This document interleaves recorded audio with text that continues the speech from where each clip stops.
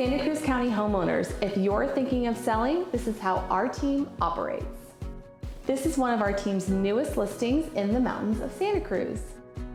Step one was to strategize. We discussed pricing, timelines, any pre-market prep, I'll get to that in a minute, and our unique marketing strategy.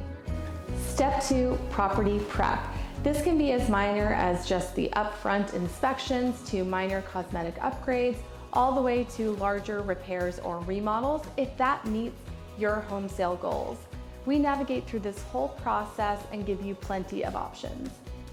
Step three, professional cleaning and staging. We have a process to make your home shine in the best light possible. Step four, professional photos, videos, 3D tours, and exclusive property websites. We do this for all of our listings, no matter what. And step five, time to launch your listing on the open market. From open houses to targeted ads like this one, to our broad network of clients and agents, we make a splash with your listing.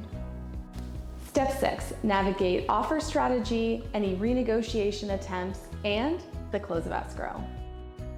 You'll see after meeting with us and discussing your goals, our team can make all the difference.